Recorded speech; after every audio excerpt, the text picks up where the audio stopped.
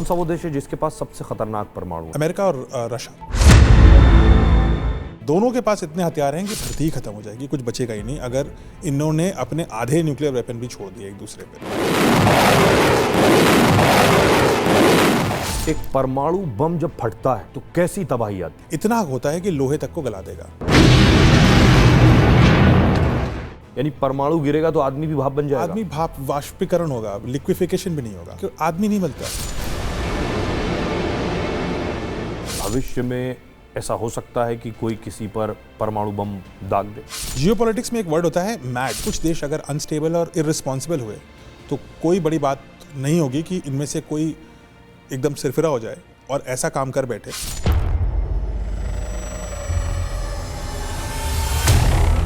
America ने जो बम गिराया है, इससे क्या उसके परमाणु खत्म हो गए? ईरान क्या अभी भी परमाणु बम बनाने की स्थिति में है? क्योंकि अगर सेंट्रीफ्यूज नहीं तोड़ी है तो ईरान बम बनाने से ज्यादा दूर नहीं है। अमेरिका ये चाहता है कि कोई भी परमाणु बम कोई और देश ना बनाने दे। भारत जब बना रहा था तब भी यही सिचुएशन। अमेरिका और इनफैक्ट सारी महाशक्तियां ये चाहती हैं कि कोई भी और शक्ति न्यूक्लियर बम ना बना पाए। भारत और पाकिस्तान दोनों के परमाणु बम में क्या फर्क है? और इसी अटल जी ने कहा था ना कि आप एक बार डालोगे अगली सुबह नहीं देखोगे आप, क्योंकि आप तो 10 किलोमीटर रेडियस वाला डालोगे मैं तो 500 किलोमीटर तक हिला दूंगा। पूरी दुनिया इस वक्त परमाणु बम की बात कर रही है। रूस यूक्रेन का युद्ध होता है तो बात होती है क्या रूस यूक्रेन पर परमाणु बम मार देगा? भारत पाकिस्तान के बीच जंग होती है तो ट्रंप कहते हैं परमाणु जंग हो सकती थी, मैंने रुकवा दिया। ईरान और इजराइल के बीच जंग भी परमाणु बम पर ही हो रही है। तो आज हम परमाणु बम पर ही बात करेंगे। मेरे पीछे जो तस्वीर देख रहे हैं आप, एपीजे अब्दुल कलाम साहब की। कलाम साहब भारत के मिसाइल मैन भी हैं और भारत ने जो परमाणु परीक्षण किया उसमें बड़ा रोल भी था। तो आज हमने जिन शख्सियत को परमाणु बम पर बात करने के लिए बुलाया है वो कोई छोटे मोटे शख्स नहीं है, वो मशहूर साइंटिस्ट हैं सृजनपाल जी। बहुत बहुत स्वागत सर आपका। बहुत बहुत अच्छा लगा मुझे आकर के, thank you. Thank you sir, thank you. मेरे पीछे जो तस्वीर आप देख रहे हैं ये कलाम साहब के साथ सृजनपाल जी की तस्वीर है। सृजनपाल जी कलाम साहब के बहुत करीबी भी रहे हैं, लंबे वक्त तक काम भी किया है, सलाहकार भी रहे हैं। सर ये किस वक्त की तस्वीर है? ये 2011 की फोटो है। तो किस मौके की है? ये डॉक्टर कलाम का घर है, ये उनका नीचे का ड्राइंग रूम है। अगर आप या कोई भी उनसे मिलने आता तो ये एक साधारण सा ड्राइंग रूम था। अच्छा। इसमें 2-3 ऐसी पिक्चर्स लगी थी और डॉक्टर कलाम के बैठने के लिए एक मेज थी और कुछ सोफे पड़े थे बड़े साधारण से। अच्छा। लेकिन बातें असाधारण होती थी यहाँ। बातें असाधारण होती। अगली तस्वीर में दिखाऊं दर्शकों को, ये सृजनपाल जी की तस्वीर। सर ये कहाँ की है? ये एक हेलीकॉप्टर की फोटो है। अच्छा। हम मुंबई से जा रहे थे अहमदनगर। अच्छा। तो ये पीछे आपको हेलीकॉप्टर का डिस्प्ले पैनल भी दिख रहा है और ये हेलीकॉप्टर की जो बैठने का एरिया है वहाँ पर है। और हम लोग जा रहे थे और चर्चा कर रहे थे, वो डॉक्टर कलाम हाथ में पकड़े हैं कि उनको क्या बोलना था और मैं उनको इनपुट्स दे रहा था। अच्छा। तो किसी ने फोटो खींच ली, काफी कैंडिड पोज। अगली तस्वीर में दिखाऊं दर्शकों को, ये सर तस्वीर कहाँ की है? ये तस्वीर है एडिनबरा की। अच्छा। स्कॉटलैंड में एडिनबरा है और एडिनबरा में एक कैसल है। इनफैक्ट इस कैसल में टीपू सुल्तान की जो ट्यूनिक थी मरते समय जो पहनी थी वो उन लोगों ने रख रखी है। अच्छा। और इसमें भारत से लूटा हुआ बहुत सारा सामान है। अच्छा। तो पूरा ये एक तरह का क्राइम सीन है एक तरह से। अगर आप देखिए एक और तस्वीर में दिखाऊंगा, ये वहाँ की है। सर ये डॉक्टर कलाम के घर के गार्डन की फोटो है और ये दिवाली के दिन की फोटो है। 2011 की या 12 की दिवाली की फोटो है, इसलिए मैं टीका लगाया हुआ हूँ। और पीछे जो है जो पेड़ है ना, दिख रहा है आपको, थोड़ा धुंधला सा है, लेकिन ये पेड़ बहुत ही, डॉक्टर कलाम अगर आप मिलने जाते तो वो बोलते कि ये मेरा बेस्ट फ्रेंड है और आपको हाथ पकड़ के लेके जाते, कहते मेरा बेस्ट फ्रेंड 110 साल पुराना है, 110 ईयर ओल्ड माय फ्रेंड। अच्छा। आप सोचेंगे कोई बूढ़ा व्यक्ति बाहर बैठा होगा तो वो कहेंगे ये मेरा पेड़, ये जो पेड़ है इसका नाम अर्जुन है, ये मेरा बेस्ट फ्रेंड है। अच्छा। So that is what it is. अगली तस्वीर में दिखाऊं, ये हमारी 2015 जिस साल डॉक्टर कलाम पास्ट अवे उसी साल की पुस्तक हमारी आई थी, रीइग्नाइटेड। ये को-ऑथर्ड बुक है, सेकंड को-ऑथर्ड बुक हमने साइंस के ऊपर लिखी थी। इसमें न्यूक्लियर साइंस के बारे में भी हमने बात करी है और ये डॉक्टर कलाम के ऊपर वाला ऑफिस है। ये बहुत ही छोटा सा ऑफिस था लेकिन ज्यादातर वो यहीं बैठे रहते थे। कलाम साहब क्या बात करते थे और भारत को परमाणु शक्ति बनाने में कलाम साहब का क्या रोल रहा? देखिए, अगर परमाणु शक्ति की बात करें तो डॉक्टर कलाम एक चीज कहते थे, स्ट्रेंथ रिस्पेक्ट स्ट्रेंथ। यानी कि अगर आपको दूसरों का सम्मान चाहिए तो आपको ताकतवर बनना पड़ेगा, लेकिन पीसफुली ताकतवर हैं। हम एक ऐसे देश हैं जो परमाणु बम बनाते हुए पहला सेंटेंस ये बोलते हैं कि सबसे पहले हम इस्तेमाल नहीं करेंगे, आप करोगे तो हम डिफेंस में करेंगे। लेकिन ये सारी लड़ाई परमाणु पर ही हो रही है और सृजन पाल जी से परमाणु बम पर ही बात करते हैं। आइए सर। पूरी दुनिया परमाणु बम से डरी हुई है। एक परमाणु बम जब फटता है तो कैसी तबाही आती है? परमाणु बम है ही बहुत डरावनी चीज़ और मानवता द्वारा बनाई गई सबसे खतरनाक हथियार है और बड़े मार्जिन से है। तो अगर आप कन्वेंशनल वेपन्स जैसे ये बंकर बस्टर या मदर ऑफ ऑल बॉम्ब्स जो अमेरिका के पास है, ये तो बच्चा है उसके आगे, कुछ भी नहीं है, बच्चा भी नहीं है, वो बच्चे से भी छोटा बच्चा है। अच्छा। 1% भी नहीं है इसका। कंपेयर करते हैं इसको। अब परमाणु बम की शक्ति हम नापते हैं किलो TNT में, मतलब कितने किलो TNT के बराबर है, किलो TNT। अब उसमें नहीं जाते हैं, बट हम आपको बस ऐसे ही समझा देते हैं। 3 प्रकार का होता है। पहला तो यूरेनियम बेस्ड बॉम्ब जो ईरान बना रहा है, जो हिरोशिमा में है, जो भारत के पास भी है। अब एक typical uranium fission bomb anywhere जो उसका यील्ड होता है, जिसको यील्ड में नापते हैं, anywhere between 5 to 15 kiloton TNT के बराबर होता है। यानी अब इसका विध्वंस देखते हैं। यानी कि 5 किलोमीटर का आप एरिया बनाइए, डायमीटर 5 किलोमीटर का एक सर्कल बनाइए। इस 5 किलोमीटर के सर्कल में सब कुछ वेपराइज हो जाएगा, समाप्त हो जाएगा, यानी भाप बनकर उड़ जाएगा। भाप बनकर आदमी नहीं मिलता। यानी परमाणु गिरेगा तो आदमी भी भाप बन जाएगा। आदमी भाप वाष्पीकरण होगा, लिक्विफिकेशन भी नहीं होगा। अच्छा। इतना खतरनाक है। और स्पेशली अगर वो हवा से, सतह से 500 मीटर की ऊंचाई पे अगर फटता है तो सारा खतरनाक होता है। ऐसे हिरोशिमा में उसे 500 मीटर ऊपर ही उसको थोड़ा डिटोनेट ऊपर ही करते हैं, उसको गिरा के डिटोनेट नहीं करते, उसको हवा में एयर बर्स्ट करते हैं उसको। अच्छा। उससे उसका जो डिस्ट्रक्टिव पावर है वो और ज़्यादा होता है। इतना होता है कि लोहे तक को गला देगा। तो इतना खतरनाक है। हिरोशिमा में जब ये बॉम्ब एक्सप्लोड हुआ था तो कुछ लोग ऐसे थे जो आसपास बैठे थे, तो उनकी, अब ये रोशनी भी बहुत ज़्यादा छोड़ता है, तो उनकी छाया एक दीवार पे छप गई, लेकिन आदमी वेपराइज हो गया। छाया उसकी जीवित है। आज भी हिरोशिमा में वो छाया दिखती है, वो इंसान की छाया थी जो वेपराइज हो गया। ये कैसे हुआ? अब इंसान तो बना है, उसकी शेडो आप उसकी शेडो बच गई, क्योंकि इतना तेज रोशनी आई तो सीमेंट की दीवार पे इतनी तेज शेडो पड़ी, उतनी शेडो, और वो शेडो दिखती है अलग, लेकिन आदमी जिसकी शेडो थी वो वेपराइज हो गया, पता भी नहीं कौन था, वो बस उसी पोज में शेडो है। तो आप सोच सकते हैं ऐसी शेडोज बना करके इंसान की परछाई बना देता है। ऐसी खतरनाक पावर होती है और ये करता है विदिन 4 से 5 डायमीटर के रेडियस में। 4 से 5 किलोमीटर के दायरे में ऐसा करेगा, डायमीटर में। लेकिन ये तो वेपराइजेशन वाला है, ये एक्सट्रीम केस है। उसके अराउंड थर्मल बर्न्स होंगे एनीवेयर बिटवीन 10 से 15 किलोमीटर तक के दायरे तक थर्मल बर्न्स होंगे। इसमें भी बहुत लोग मरेंगे। और इसके बियॉन्ड होंगे रेडिएशन इंजरीज। अच्छा। यानी कि पहले स्टेज में तो वेपराइज कर देगा, दूसरे स्टेज में वो इतना जला देगा लोगों को कि बचना मुश्किल है। लेकिन तीसरे दायरे में यानी 15 किलोमीटर के बाद भी अगर कोई खड़ा है तो भी वो सेफ नहीं है, क्योंकि उसके ऊपर रेडिएशन बर्न्स होंगी और कैंसर जैसी बीमारियां होती हैं, और कुछ लोग रेडिएशन से मर भी सकते हैं तुरंत, और कुछ लोग लॉन्ग टर्म में मरते हैं, वो और भी बुरा होता है। So it's a very very dangerous technology. यानी आप ये कह रहे हैं कि लाखों नहीं करोड़ों लोग भी मर सकते हैं। डिपेंड करता है कि कहाँ गिरता है। और अभी तो मैं आपको छोटा वाला यूरेनियम बॉम्ब बना रहा हूँ। अभी हाँ, ये छोटा वाला है। अभी इससे बड़ा आते हैं, इससे ज़्यादा खतरनाक है प्लूटोनियम बॉम्ब जो गिरा था नागासाकी में। नागासाकी वाला जो बॉम्ब था वो प्लूटोनियम नेचुरली अकर नहीं करती, यूरेनियम नेचुरली बनता है, उसको प्योरीफाई कर देते हैं, हम उस पर आएंगे बाद में। प्लूटोनियम सिंथेटिकली मैन्युफैक्चर्ड एक एलिमेंट है, उसको खुद बनाता है इंसान। और प्लूटोनियम बॉम्ब अलग तरीके से फटता है, उसको इम्प्लोड किया जाता है, यानी कि उसको एक्सप्लोसिव्स उसके चारों ओर बांध दिए जाते हैं और एक साथ जब वो फायर करते हैं तो वो इम्प्लोड करता है, और फिर उसमें चेन रिएक्शन चालू होता है और वो फिर एक्सप्लोड करना शुरू होता है। प्लूटोनियम बॉम्ब यूरेनियम बॉम्ब से थोड़ा ज़्यादा खतरनाक हो सकता है, 10-20% ज़्यादा खतरनाक हो सकता है। प्लूटोनियम और खतरनाक, और भी खतरनाक हो सकता है। इंडिया ने भी प्लूटोनियम बॉम्ब बनाया है और हमारे पास प्लूटोनियम बॉम्ब भी हमारे पास हर तरह का है। अच्छा। लेकिन अभी कहानी खत्म नहीं हुई, अभी है इन सब का डैडी। अच्छा। और वो है थर्मोन्यूक्लियर बॉम्ब, जिसको हम हाइड्रोजन बॉम्ब बोलते हैं। अच्छा, हाइड्रोजन बॉम्ब यूरेनियम और प्लूटोनियम से ज़्यादा खतरनाक है। यूरेनियम प्लूटोनियम को आप एक बास्केट पे रखिए और हाइड्रोजन बॉम्ब अलग है। हाइड्रोजन बॉम्ब फ्यूजन पावर पे काम करता है, ये फिशन पे काम करते हैं। इसमें एटम टूटता है, इसमें एटम जुड़ता है। अच्छा। और ये उस कॉन्सेप्ट पे काम करता है जिस कॉन्सेप्ट पे सूरज काम करता है। तो एक तरह से आप सूरज उतार लाते हैं धरती पर।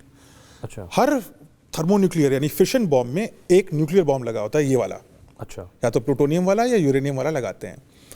स्टेज 1 में पहले तो ये वाला बम फटता है, तो वो तो आपको पता ही है कितना खतरनाक है। लेकिन इसके चारों ओर हाइड्रोजन लगा देते हैं। हाइड्रोजन में ड्यूटेरियम और ट्राइटियम उसके आइसोटोप्स होते हैं, केमिस्ट्री में नहीं जाते हैं। और फिर उसमें वो रिएक्शन चालू होता है जो सूरज में होता है, तो स्टेज 2 आती है। अगर थर्मोन्यूक्लियर बॉम्ब की हम बात करें तो वो कम से कम 4 गुना ज़्यादा पावरफुल होगा यूरेनियम या प्लूटोनियम बॉम्ब से, और कहीं ज़्यादा और हो सकता है, 20-25 गुना भी हो सकता है। अच्छा। यानी कि एक थर्मोन्यूक्लियर डिवाइस कम से कम जो डिस्ट्रक्शन करेगी वो लगभग 10 किलोमीटर के डायमीटर में सब कुछ साफ कर देगी। अच्छा। और 100 से 150 किलोमीटर दूर तक इंजरीज करेगी। और यहाँ पे आप सड़क का डिस्टेंस मत नापिए, ये क्रो फ्लाई डिस्टेंस है, पॉइंट टू पॉइंट। अच्छा। और जो हवाई जहाज का डिस्टेंस होता है वैसा डिस्टेंस है। यानी कि एक पॉइंट पे आपने किया तो वो पूरा का पूरा मेट्रोपॉलिटन शहर खत्म हो जाएगा एक हाइड्रोजन बॉम्ब से। सिर्फ एक हाइड्रोजन बॉम्ब लगेगा। हमारे पास हाइड्रोजन बॉम्ब है? हमारे पास है हाइड्रोजन बॉम्ब। भारत के पास हाइड्रोजन भारत के पास है, पाकिस्तान के पास नहीं है। अच्छा। और दूसरे अमेरिका और रशिया, यूएस के पास है, रशिया के पास जार बॉम्बा है जो सबसे बड़ा थर्मोन्यूक्लियर बॉम्ब है। तो चाइना के पास है, इंडिया के पास यानी भारत की ताकत है, हमारे पास न्यूक्लियर भी है, हमारे पास यूरेनियम प्लूटोनियम दोनों का बॉम्ब है, और हमारे पास हाइड्रोजन बॉम्ब हाइड्रोजन बॉम्ब है। और हाइड्रोजन बॉम्ब बेहद खतरनाक, आज तक कभी यूज नहीं हुआ। और अगर हाइड्रोजन बॉम्ब जब भी एक बार जार बॉम्बा टेस्ट हुआ था तो 1000 किलोमीटर दूर तक कांच टूट गए थे। अच्छा। इतना शॉक वेव आया था। क्योंकि जो चौथा तरीका होता है डिस्ट्रक्शन का वो होता है शॉक वेव। अर्थ में भूकंप आता है और वो भूकंप से जमीन, ये बिल्डिंग्स गिर सकती हैं, कांच टूट सकते हैं, उससे इंजरीज आ सकती है। तो जब जार बॉम्बा आर्कटिक के पास यानी कि धरती के उत्तरी ध्रुव के पास उन्होंने टेस्ट किया था तो 1000 किलोमीटर दूर तक लोगों को भूकंप के झटके लगे थे। अच्छा। तो आप ये सोच सकते हैं कि कितना खतरनाक ये बॉम्ब होता है। और हमने हाइड्रोजन बॉम्ब कब बनाया भारत ने? भाई पोखरान 2 में तभी बना 98 में हमने थर्मोन्यूक्लियर डिवाइस टेस्ट करी। और उसका जो यील्ड था वो हमारा जो फिशन बॉम्ब था उससे 3 गुनी ज़्यादा थी। लेकिन आप उसको और बढ़ा सकते हैं, आप उसमें तो और पैकेजिंग कर दीजिए मटेरियल की, वो और खतरनाक हो जाएगा। तो ये लड़ाई परमाणु बम के लिए क्यों है, हाइड्रोजन बम के लिए क्यों है? परमाणु बम की कैटेगरी में हम हाइड्रोजन बॉम्ब को भी ले ही आते हैं, क्योंकि फिशन बॉम्ब और फ्यूजन बॉम्ब इन दोनों को मिलके हम न्यूक्लियर बॉम्ब्स बोलते हैं। तो ईरान के पास हाइड्रोजन भी नहीं है? आसपास भी नहीं है। नहीं है। हाँ, वो आसपास उसके सिलेबस में भी नहीं है ये। तो क्या आपको लगता है कि ईरान ने परमाणु बम बना लिया है? उसके लिए जानना जरूरी है परमाणु बम बनता कैसा है। और अभी हम बात करेंगे यूरेनियम और प्लूटोनियम वाले बम की। हाइड्रोजन बम को छोड़ देते हैं, वो उसके सिलेबस के बाहर है। इसके लिए क्या करते हैं, यूरेनियम अकर करती है नेचर में, मतलब मिट्टी में यूरेनियम होती है कहीं कहीं, तो उसको यूरेनियम माइनिंग बोलते हैं। आप माइनिंग निकालते हैं, माइनिंग निकाल करके आप उससे मिट्टी विट्टी साफ करते हैं जो भी होता है। उसके बाद आप उसको एक पदार्थ होता है यूरेनियम हेक्साफ्लोराइड, वो बनाते हैं। अब हेक्साफ्लोराइड बनाने के बाद ये पदार्थ या तो गैस में रहता है या सॉलिड रहता है, ये लिक्विड नहीं बन सकता। तो इसकी गैस फॉर्म को हम लेते हैं और इसकी गैस फॉर्म को हम डालते हैं सेंट्रीफ्यूजेस में। वॉशिंग मशीन देखिए ना आपने, वॉशिंग मशीन में कपड़े कैसे सूख जाते हैं, जोर जोर से चलाते हैं, पानी बाहर निकल जाता है, कपड़ा रह जाता है। उसी तरह से यूरेनियम को जोर जोर से नचाया जाता है, हेक्साफ्लोराइड को। अच्छा। आप वॉशिंग मशीन से कंपेयर नहीं कर सकते, क्योंकि जिस स्पीड से नचाते हैं वो होती है 90,000 रेवोल्यूशंस पर मिनट, यानी कि हर सेकंड 1,500 बार चक्कर लगा जाती है। यानी वो वो वॉशिंग मशीन जैसा जो उपकरण है, आप कह रहे हैं वो 90,000 बार घूमेगा एक मिनट में? 1,500 बार एक सेकंड में। जब इस स्पीड पे घूमेगा वो, तो यूरेनियम में एनरिचमेंट होगा। यूरेनियम 2 तरह की होती है, U-238 और U-235। U-238 जो नेचर में अगर करती है वो थोड़ी भारी होती है, वो एक्सप्लोड नहीं करती, लेकिन U-235 एक्सप्लोड कर जाती है, वो न्यूक्लियर रिएक्टिव है, वो उसका फिशन हो सकता है। तो आपको इस U-238 से U-235 को प्योरीफाई करना है। अब इसी को हम बोलते हैं कि एनरिचमेंट कितना परसेंटेज हुआ, यानी कि U-235 डिवाइड बाई U-238 कितना है। सो जैसे अगर आपको पावर प्लांट चाहिए, आसान भाषा में आप कह रहे हैं कि वो जो आपने कच्चा यूरेनियम उठाया था वो कितना शुद्ध हो गया, वो कितना U-235 उसमें आपने शुद्ध कर दिया। उसमें U-235 बहुत जरा सा होता है जी, जो एक्सप्लोसिव यूरेनियम बोलते हैं और नॉन एक्सप्लोसिव यूरेनियम बोलते हैं, समझना आसान हो जाएगा। तो एक्सप्लोसिव यूरेनियम जरा सा होता है, ज्यादातर नॉन एक्सप्लोसिव होता है, लेकिन आपको उसको सेंट्रीफ्यूज में नचा नचा के जो नॉन एक्सप्लोसिव यूरेनियम है उसको अलग करते जाना है और सिर्फ एक्सप्लोसिव यूरेनियम बचेगी। तो ये जो एक्सप्लोसिव यूरेनियम है जब नेचर में अकर करती है तो ये 0.5% होती है, लेकिन अगर आप इसको घुमा घुमा करके 5% तक ले आए सैंपल में, यानी कि एक तरह से सोचिए कि दूध की मलाई रख लें और दूध निकालते जाएं, फिल्टरिंग करते जा रहे हैं आप, तो जब आप 5% पे आ जाएंगे तो आप उसको न्यूक्लियर पावर प्लांट में डाल सकते हैं, यानी उससे बिजली बना सकते हैं। उससे बिजली बना सकते हैं। अब यूएस ये क्या कह रहा था कि ईरान बिजली बनाने के लिए यूरेनियम बना ले, हमें कोई प्रॉब्लम नहीं है, लेकिन अगर आप इसको 90% पे ले गए तो ये बम बन सकता है। तो 5% से 90% का फासला है और इसको तय करना है सेंट्रीफ्यूजेस में। तो आप एक बार घुमाते हैं, फिर उसको जो निकलता है उसको दोबारा डालते हैं, फिर दोबारा डालते हैं, फिर दोबारा डालते हैं, डालते रहते हैं। इसीलिए कहते हैं कि 6 हफ्ते 8 हफ्ते में ईरान को न्यूक्लियर बॉम्ब मिल जाता। कैसे मिल जाता?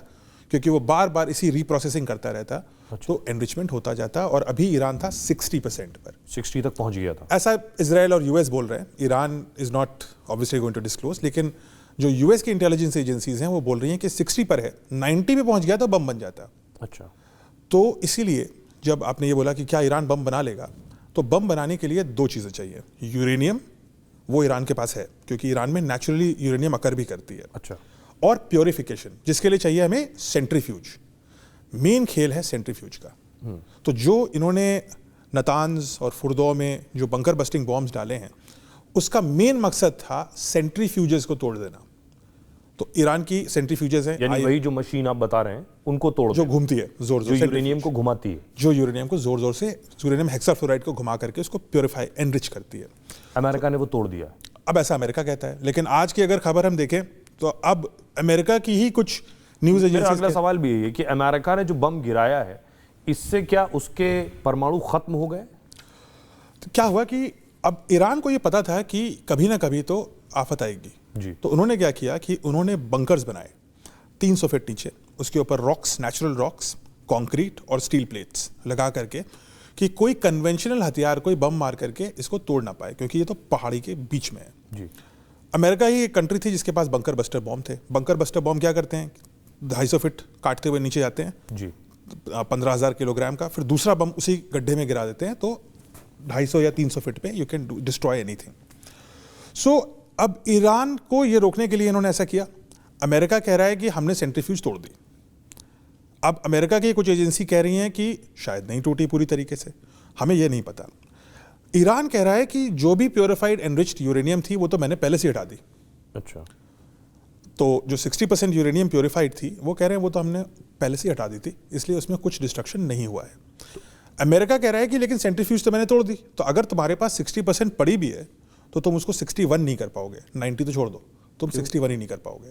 तो बात अब किसको कितना तथ्य पता है पता नहीं, क्योंकि अगर सेंट्रीफ्यूज नहीं तोड़ी है तो ईरान बम बनाने से ज्यादा दूर नहीं है। अच्छा। और लेकिन अगर सेंट्रीफ्यूज, अमेरिकी खुफिया विभाग जो बात आप कह रहे हैं वो ये कह रहा है कि ये जो अमेरिका ने हमला किया है, ईरान सिर्फ कुछ हफ्ते पीछे गया है अपने परमाणु प्रोग्राम से, क्योंकि इस पर्टिकुलर रिपोर्ट का ये मानना है कि ईरान के सेंट्रीफ्यूजेस डिस्ट्रॉय फुर्दो में नहीं हो पाए उस बंकर बस्टिंग बॉम्ब से, तो वो माइनर डैमेज आप कह रहे हो जो 300 फीट नीचे 300 फीट और हजारों की संख्या में शुद्धिकरण का काम चल रहा था वो पूरी तरह से तबाह नहीं सेंट्रीफ्यूज डिस्ट्रॉय नहीं हुआ, और नहीं करीब हुआ। 1000 तो फिर से काम कर सकते हैं। अब मुझे नहीं पता ये बात, लेकिन 1000 से 1500 सेंट्रीफ्यूजेस हैं। अगर वो नहीं टूटे हैं तो वो कुछ हफ्तों में काम करने लगेंगे, लेकिन अगर बॉम्ब ने पूरी चीज को डिस्ट्रॉय कर दिया है तो उसको दोबारा बनाना मुश्किल है। तो सारा सवाल यहाँ पे, क्या सेंट्रीफ्यूज डिस्ट्रॉय हुए हैं या बस माइनर डैमेज आया है जिनको हम रिपेयर कर पाएंगे। उसे बनाना मुश्किल इसलिए है क्योंकि उनके साइंटिस्ट मार दिए गए। पार्ट ऑफ द रीजन ये है कि उनके बहुत सारे साइंटिस्ट ही खत्म कर दिए उन्होंने। दूसरा रीजन ये है कि सेंट्रीफ्यूज बनाने के लिए जिस मटेरियल का इस्तेमाल होता है वो आसानी से नहीं बन पाता, क्योंकि सेंट्रीफ्यूज 1500 रेवोल्यूशंस पर सेकंड, 90,000 पर मिनट से चल रहा है। तो ये कोई नॉर्मल पंखा नहीं है, ये एक बहुत ही स्पेशल पंखा है जिसको बहुत ही स्पेशल तरीके से बनाया जाता है, स्पेशल मटेरियल साइंस लगती है, और थोड़ी सी भी गड़बड़ हो गई तो इट कैन डिस्ट्रॉय इटसेल्फ, तो वो नहीं चल पाएगा। आप ये कह रहे हैं कि टाइम लग सकता है लेकिन ये नामुमकिन नहीं बनाना। नहीं, नामुमकिन नहीं, पहले तो बनाया है, तो पहली बार थोड़ी ना बना रहे हैं। तो अगर ट्रम्प की बात सही है, if president Trump is correct, तो ईरान कुछ साल पीछे चला गया है, लेकिन अगर उस इंटेलिजेंस रिपोर्ट का हम माने तो ईरान बस कुछ महीने पीछे गया है। अब सवाल यह है कि ये सही है या वो सही है, और ये बात सिर्फ ईरान को पता है। अब एक सवाल और जहन में आता है कि अगर बम गिराए तो फिर वहां से रेडिएशन क्यों नहीं हुआ? 3 परमाणु ठिकानों पर बम गिराए गए। नहीं, कहां पर आप बात कर रहे हैं? ईरान में। अच्छा, you mean bunker buster bomb गिराया गया। सो उसका तो कारण यह है कि उसके 2-3 कारण हो सकते हैं। पहला तो उन्होंने एनरिच्ड यूरेनियम ही हटा दिया, अगर वो हटा दिया तो स्पिल क्या होगा। दूसरी बात, यूरेनियम जो प्रोसेस हो रहा है वो रेडियो एक्टिव नहीं है अभी। जब तक वो बॉम्ब नहीं बन जाएगा तब तक वो एक्सप्लोड नहीं करेगा। जब तक वो एक्सप्लोड नहीं करेगा तो मैसिव रेडिएशन नहीं आएगी, बहुत माइनर रेडिएशन आएगी।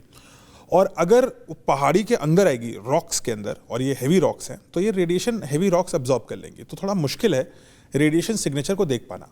अगर वो एक्सप्लोड हो जाता, अगर वो यूरेनियम इतना एनरिच्ड होता कि वो एक्सप्लोड ही हो जाता, तब तो पहाड़ी उड़ जाती, आपको समझ में ही आ जाता, फिर तो रेडिएशन का छोड़िए विजुअली आ जाता। लेकिन अगर कुछ अंडरग्राउंड है तो रेडिएशन एक तो अब्जॉर्ब हो जाता है, दूसरा ये पूरी तरह से प्योरीफाइड यूरेनियम नहीं थी, और तीसरा ये भी संभव है कि ईरान की बात सही है कि उन्होंने यूरेनियम पहले से निकाल ली थी, तो फिर टूटा तो सेंट्रीफ्यूज, जो एनरिच्ड यूरेनियम थी वो तो पहले कहीं और जा चुकी। पर रेडिएशन होता तो जान का नुकसान होता वहां? जान कितनी दिन में पता चलता है कि रेडिएशन हो गया? तुरंत पता लगता, तो ये तो तुरंत ही पता लगता, इमीडिएटली सैटेलाइट्स कैप्चर कर लेते कि रेडिएशन आ रहा है। इवन अगर जैसे हमने जब किया था 98 में, हमने भी अंडरग्राउंड किया था, लेकिन उससे रेडिएशन निकला था, लेकिन वो चूंकि अंडरग्राउंड था तो कम आया था, लेकिन सिग्नेचर था, so we did get radiation. हमने जानबूझ के उसको अंडरग्राउंड किया था ताकि आसपास के लोगों को नुकसान ना हो, लेकिन अगर रेडिएशन निकलता तो पता भी लगता और ईरान के उस पर्टिकुलर एरिया में नुकसान भी पहुंचता लाइफ को, लेकिन लग नहीं रहा है कि रेडिएशन आया इससे। ईरान क्या अभी भी परमाणु बम बनाने की स्थिति में है? बना लेगा, बना कर रहेगा? आपको लगता है ऐसी स्थितियां हैं? कॉम्प्लिकेटेड है। अब यहाँ पे हम जियोपॉलिटिक्स में आ जाते हैं, क्योंकि ये संभव है कि इस पूरे युद्ध के बाद जो ईरान की करंट रेजीम है वो इतनी कमज़ोर हो जाए और उसको मिलिट्री उखाड़ फेंके। ऐसा होगा तो कुछ अच्छा नहीं होगा, ये तो और बुरा होगा। अच्छा। क्योंकि मिलिट्री तो विल डेफिनेटली परस्यू, अगर उनके ऊपर एक मिलिट्री डिक्टेटरशिप आ गई तो वो तो डेफिनेटली परस्यू करेंगे न्यूक्लियर बॉम्ब। ईरान के पास अब 2-3 रास्ते हैं, या तो वो नेगोशिएट करे, एक पीसफुल सेटलमेंट करे जो सब चाहेंगे, लेकिन उसमें उसको इतना दबाया नहीं जा सकता कि उसको कुछ मिले ही ना और उसको लगे कि मेरा तो नुकसान ही नुकसान है इसमें। दूसरा तरीका यह है कि वो अपने यूरेनियम एनरिचमेंट फैसिलिटी जो भी डैमेज हुई है, अगर कम हुई है तो रिपेयर करे, और सीक्रेटली वो अपने बचे हुए 60% को 90% पे ले जाएगा। उसका मकसद ये होगा कि इसको सीक्रेटली ले जाएं और एक दिन टेस्ट करेंगे, वो तो सबको पता लगेगा, लेकिन उस दिन दुनिया बदल चुकी होगी, क्योंकि फिर उसके बाद ईरान को इस तरीके से अटैक करना पॉसिबल नहीं होगा, क्योंकि ईरान के पास हाइपरसोनिक डिलीवरी मैकेनिज्म है जिससे वो इजराइल में तो न्यूक्लियर बॉम्ब डिलीवर कर सकता है। तीसरा तरीका यह है कि Iran goes into the black market, और ब्लैक मार्केट का सरगना पाकिस्तान है, और ईरान पाकिस्तान के साथ ऐसी साठगांठ ब्लैक मार्केट में करे कि उसको जो सेंट्रीफ्यूजेस हैं वो पाकिस्तान से मिल जाएं अगर वो टूट गई हैं। अच्छा। तो इसीलिए यहाँ पे पाकिस्तान पे भी बहुत ही पैनी निगाह रखी जाएगी, सारी दुनिया रखेगी। तो जो लोग कह रहे थे ट्रंप इससे मिले उससे मिले, वो पार्ट ऑफ द रीजन ये भी हो सकता है। नोबेल पुरस्कार नहीं था वजह? नोबेल पुरस्कार से ज्यादा ये होगा कि ये सेंट्रीफ्यूज में तोड़ने वाला हूँ, अच्छा, आप इसको देना नहीं, क्योंकि इससे पहले कर चुका है पाकिस्तान ऐसा काम। Pakistan has sold blueprints of centrifuges and nuclear plans, अलग अलग देशों को बेचा है उसको, AQ खान नेटवर्क जिसको बोलते हैं। जी। सो पाकिस्तान हैज दैट रेपुटेशन। तो ईरान के पास अब 3 रास्ते हैं। अमेरिका सिर्फ ये नहीं चाहता है कि ईरान परमाणु बनाए, या अमेरिका ये चाहता है कि कोई भी परमाणु बम कोई और देश ना बनाने पाए? ये हमेशा से उसकी रणनीति रही? ये तो हमेशा से रणनीति रही है, क्योंकि भारत जब बना रहा था तब भी यही सिचुएशन सब हमेशा रही है। न्यूक्लियर नॉन प्रोलिफरेशन ट्रीटी होती है, NPT, और अमेरिका चाहता है कि सभी लोग NPT को साइन करें, और आज से नहीं चाहता है, 50 साल से चाह रहा है। इंडिया ने इसको साइन नहीं किया था, शुरू में हमने मना कर दिया था, हमने तो कहा था हम तो नॉन अलाइंड है, ना हम इधर के हैं ना हम उधर के हैं, हम तो अपने हिसाब से चलेंगे, तो हमने नहीं साइन किया था, और हमने पोखरान 1 किया था 74 में आई थिंक जी। तो India is a non signatory, और उसके बाद we are the only non signatory जो ट्रेड भी कर रहा है न्यूक्लियर में, 123 हाइड पैक्ट, तो हमें स्पेशल प्रिविलेज मिली। लेकिन अमेरिका और इनफैक्ट सारी महाशक्तियां ये चाहती हैं कि कोई भी और शक्ति न्यूक्लियर बम ना बना पाए, पीसफुल न्यूक्लियर करे, बम ना बनाए। पार्ट ऑफ द रीज़न ये है कि कंट्रोल करना मुश्किल हो जाएगा हर देश को। अब ईरान के पास न्यूक्लियर वेपन आएगा, अनस्टेबल कंट्री है, तो कहाँ जाएगा न्यूक्लियर वेपन पता नहीं है। लेकिन पार्ट ऑफ द रीज़न ये भी है कि इससे अपनी शक्ति दूसरे को देंगे नहीं, मेरे पास हथियार रहेगा, आपके पास नहीं रहेगा, तो मैं शक्तिशाली रहूँगा। तो पार्ट ऑफ द रीज़न ये भी है। अब एक चीज़ और दिखाते हैं, ये जो पूरा प्रकरण हुआ वो ये कि कितना इंपॉर्टेंट था भारत को न्यूक्लियर अपना जो आर्म प्रोग्राम था उसको सीक्रेट रखना। ईरान सीक्रेट नहीं रख पाया, यही तो हुआ। ईरान तो रोज सोशल मीडिया पर अनाउंसमेंट कर रहा था। हाँ, अनाउंसमेंट कर रहा था। नहीं, ईरान के अंदर ऐसे सेल्स थे जो उनकी गवर्नमेंट के खिलाफ काम कर रहे थे, जिन्होंने इजराइल को ये इन्फॉर्म कर दिया था। और आज से नहीं, 2002-3 की बात है, तब से शुरू कर दिया था। ये ईरान का प्रोग्राम उतना पुराना है जी, 20 साल लगे, लेकिन हर बार कुछ ना कुछ, किसी को मार दिया, कुछ तोड़ दिया, ये चलता रहता था।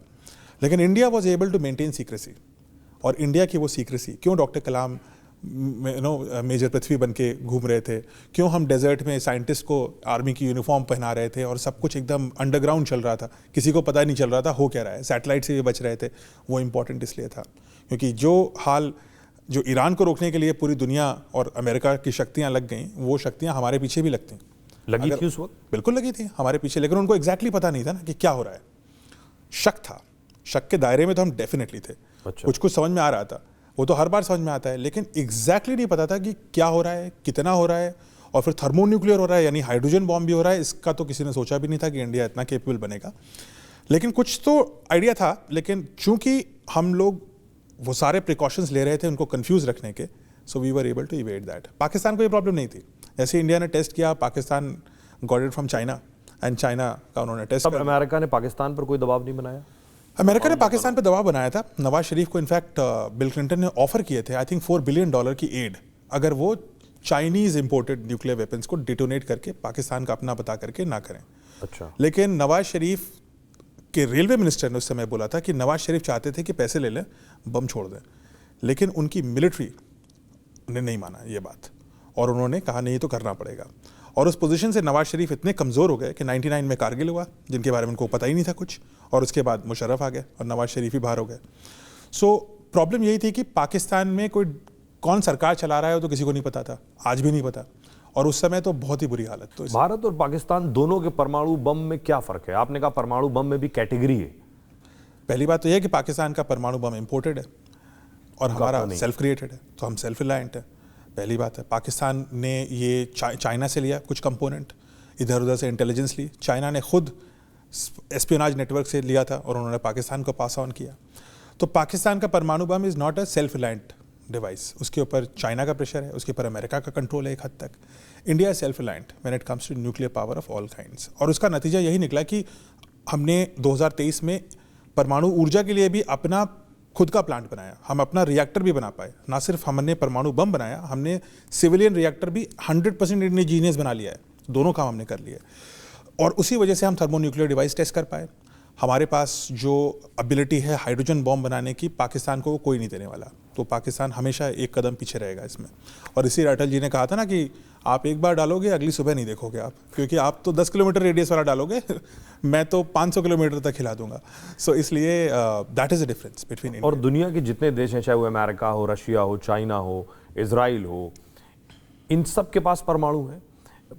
इनके पास कौन सा वो देश है जिसके पास सबसे खतरनाक परमाणु है? अमेरिका और रशिया दोनों के पास है। रशिया के पास सोवियत एरा के न्यूक्लियर बॉम्ब्स हैं, और अमेरिका के पास वो तो नहीं घातक है। एक्चुअली नंबर्स में अगर आप देखिए तो रशिया के पास ज़्यादा है परमाणु हथियार कंपेयर टू अमेरिकन, बट उससे कोई फर्क नहीं पड़ता। दोनों के पास इतने हथियार हैं कि पृथ्वी को कई बार डिस्ट्रॉय कर सकते हैं वो सिर्फ अपने हथियारों से। तो इसीलिए वो क्रिटिकल नंबर तो अचीव हो चुका है कि धरती ही खत्म हो जाएगी, कुछ बचेगा ही नहीं अगर इन्होंने अपने आधे न्यूक्लियर वेपन भी छोड़ दिए एक दूसरे पे।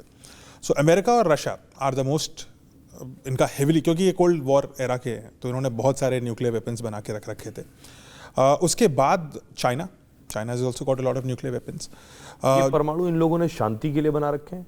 नहीं, ये तो कहाँ है, ये सब हम ही एक ऐसे देश थे जिसने शुरू किया था परमाणु मिशन अपना।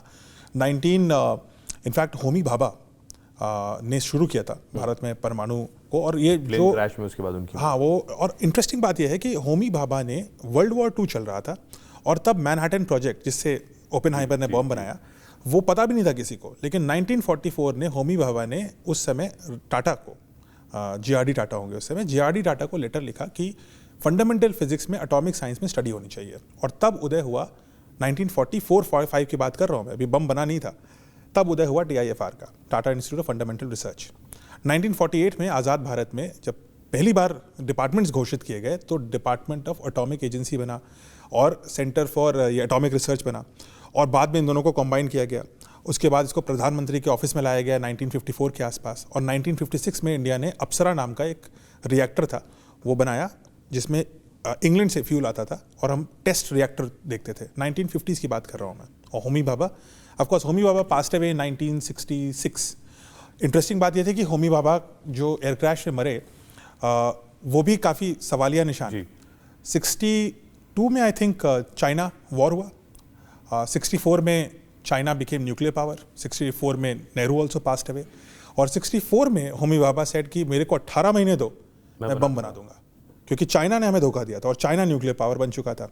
सो 64 में ही सेड, और 66 में he died mysteriously in A crash. जब भारत ने 1974 में एक्चुअल में पोखरान 1 का टेस्ट किया, और उन्हीं के शिष्य थे होमी सेठना, उनका भी नाम होमी था, तो होमी सेठना ने एग्जैक्टली 18 महीने लगाए न्यूक्लियर बम बनाने में। तो Homi Bhabha had that plan always. Sir, ये यूरेनियम में आखिर ऐसा क्या है जो इससे बॉम्ब बन जाता है? यूरेनियम एक रेडियो एक्टिव पदार्थ है और साथ ही साथ एक फिसाइल मटेरियल है। तो उसको थोड़ा सा समझते हैं। यूरेनियम का एटम सोचिए, हर एटम में अंदर एक न्यूक्लियस होता है, जैसे अंडे के अंदर एक योक होता है, वैसे ही हर एटम में एक न्यूक्लियस होता है। न्यूक्लियस में प्रोटॉन होते हैं जिनका पॉजिटिव चार्ज होता है, और न्यूट्रॉन होते हैं जिनका वजन तो प्रोटॉन जितना होता है लेकिन चार्ज नहीं होता, न्यूट्रल होते हैं, न्यूट्रॉन। और इसके चारों ओर इलेक्ट्रॉन घूम रहे होते हैं। प्रोटॉन जितने हैं उतने ही इलेक्ट्रॉन होंगे, तभी एटम स्टेबल है। अब यूरेनियम के अंदर 92 प्रोटॉन्स होते हैं, यानी 92 इलेक्ट्रॉन्स होंगे, लेकिन नंबर ऑफ न्यूट्रॉन्स बदलते रहते हैं।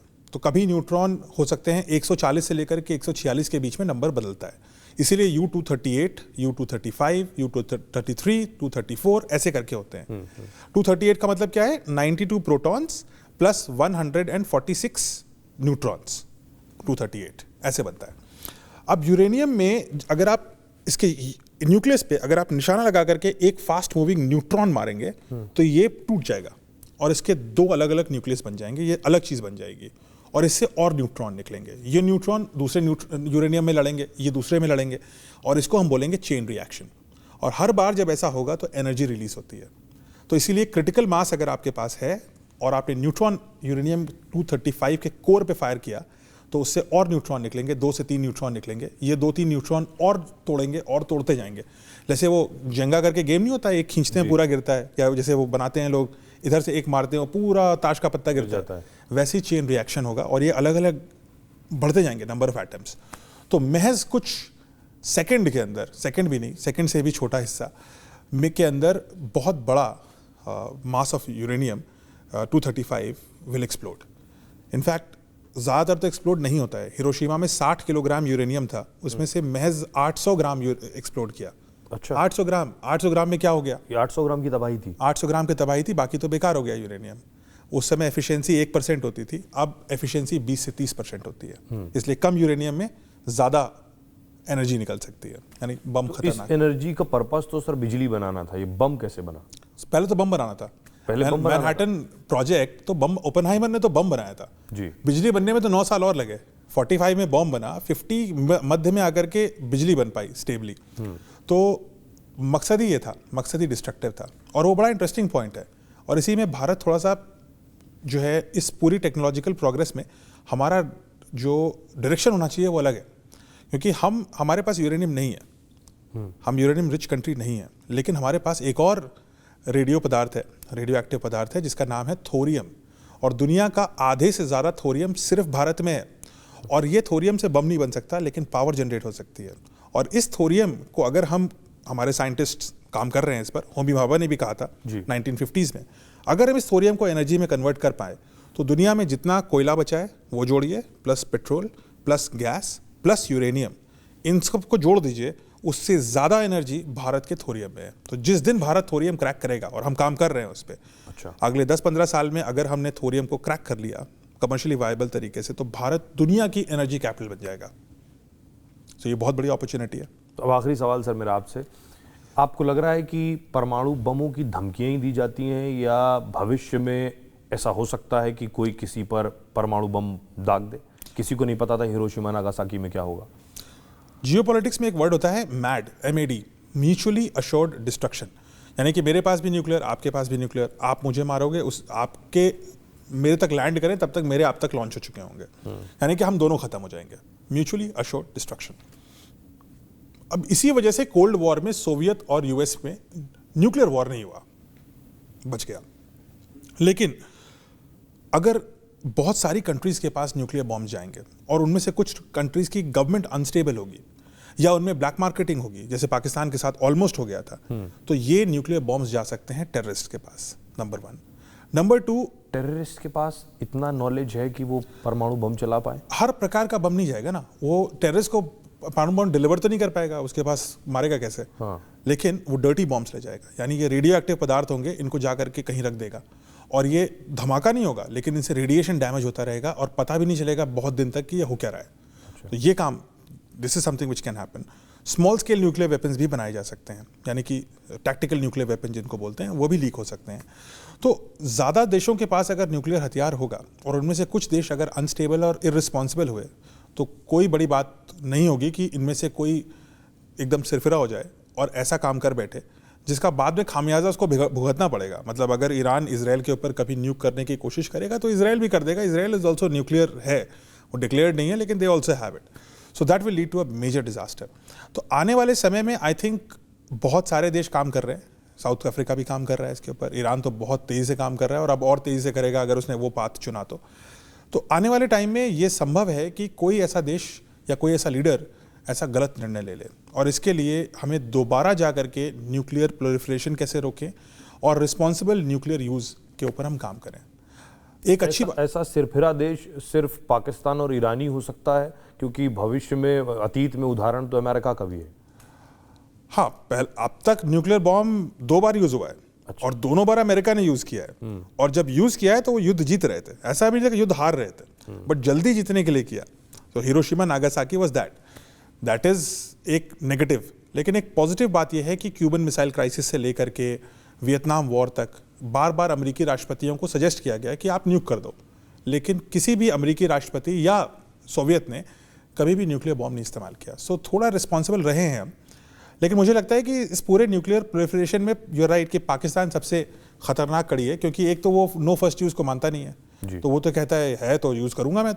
तो इस तरह की धमकी देने वाला जो देश है उसकी मानसिकता गलत है। और दूसरी बात है, पाकिस्तान में कौन सरकार में है किसी को पता नहीं है, तो कब कौन यूज़ कर जाएगा, कब वो टेररिस्ट के पास लीक हो जाएगा, कब ISI टेररिस्ट बन जाएगी, किसी को पता नहीं है, कोई नहीं जानता। So that is problem. लेकिन ये तो जैसे अटल जी ने कहा था, एक बार तुम इस्तेमाल कर लो, अगली सुबह नहीं होगी आपकी। अगली सुबह नहीं। बहुत बहुत शुक्रिया सर। और कोशिश ये थी हमारी कि सीधे सरल शब्दों में आपको बताया और समझाया जा सके, क्योंकि ये बहुत पेचीदा और मुश्किल विषय है बात करना और समझाना। बहुत बहुत शुक्रिया sir, thank you so much. धन्यवाद। Thank you.